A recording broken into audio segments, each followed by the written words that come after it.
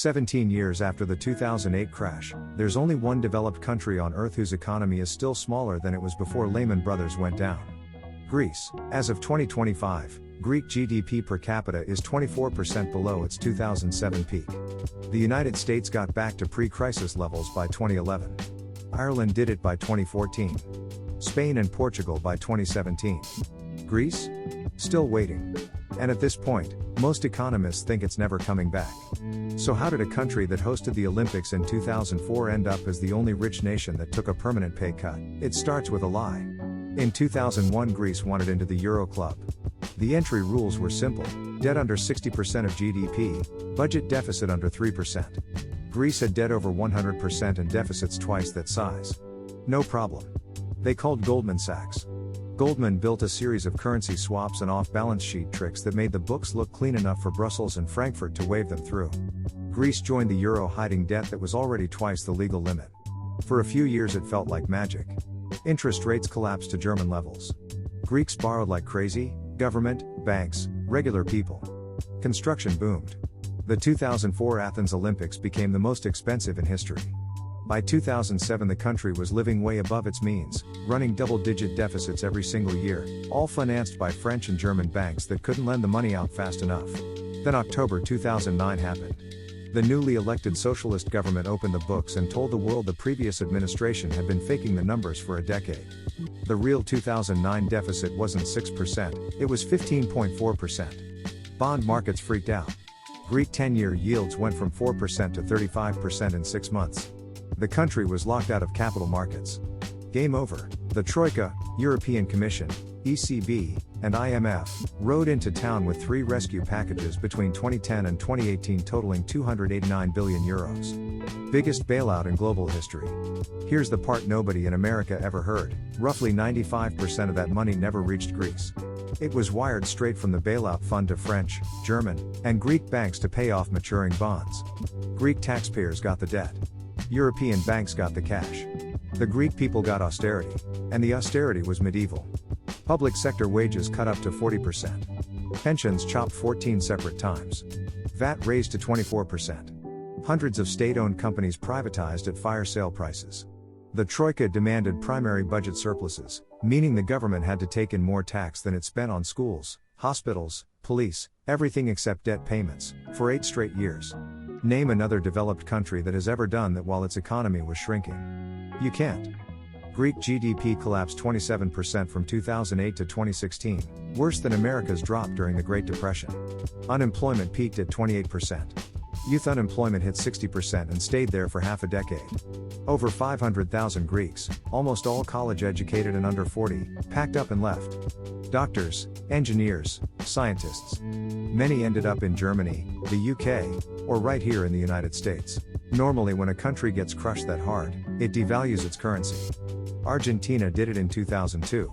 Iceland in 2008. Even the UK in 1992. You make your exports cheap, tourism explodes, and you grow your way out. Greece couldn't, because they were locked inside the euro. The only tool left was internal devaluation, slashing wages and prices until Greek workers were cheap enough to compete with Germans. Unit labor costs fell 30% in 5 years. Translation: people got a lot poorer, really fast. By 2015 the country had had enough. They elected Syriza, a radical left party that promised to tear up the bailout deals. In July 2015 Prime Minister Alexis Tsipras held a referendum: accept the Troika's new terms or reject them? 61% voted oxy, no. 1 week later Tsipras flew to Brussels and signed a deal that was harsher than the one voters just rejected. The message from Berlin and Frankfurt was crystal clear: there is no alternative. You take the medicine or we shut your banks. So Greece swallowed the medicine. 8 years of budget surpluses. More pension cuts. More tax hikes. Hospitals running out of basic supplies. Suicide rate up 40%. Today, in 2025, Greece is officially out of the bailout programs. Tourism is back strong. 2024 was a record year. Shipping billionaires are still minting money. GDP is growing about 2% a year, which sounds fine until you realize they're growing from a level 24% below 2007. Today, in 2025, Greece is officially out of the bailout programs. Tourism is back strong. 2024 was a record year. Shipping billionaires are still minting money. GDP is growing about 2% a year, which sounds fine until you realize they're growing from a level 24% below 2007. Debt to GDP is still around 160%, highest in Europe. The IMF says the only way that debt ever becomes sustainable is if 30 to 40 billion euros gets forgiven. Germany's answer is still never. Minimum wage is 830 euros gross, roughly $950 a month before taxes.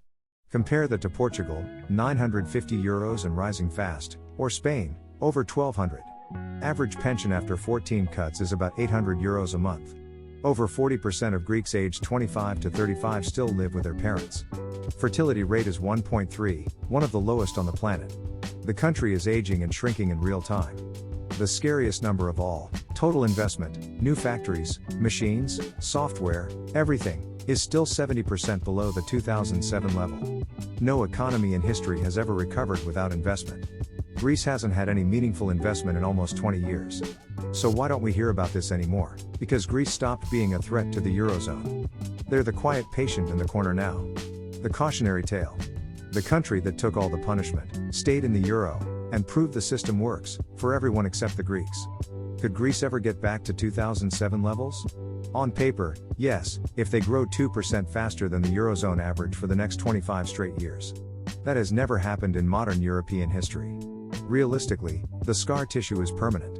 A whole generation grew up watching their parents lose everything.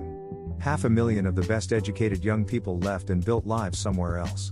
The demographic collapse is locked in. Greece isn't going to collapse tomorrow. It's stable the way a guy on permanent disability is stable, alive, breathing, but never going back to work. 17 years after 2008, the rest of the developed world moved on. Greece is still on the floor. And that's the story of the only rich country that got hit by the Great Recession and never got up. Leave your opinion in the comments, and if you want to stay up to date on the economic events shaping our world, subscribe. Thanks for watching the video, and we'll see you in the next one.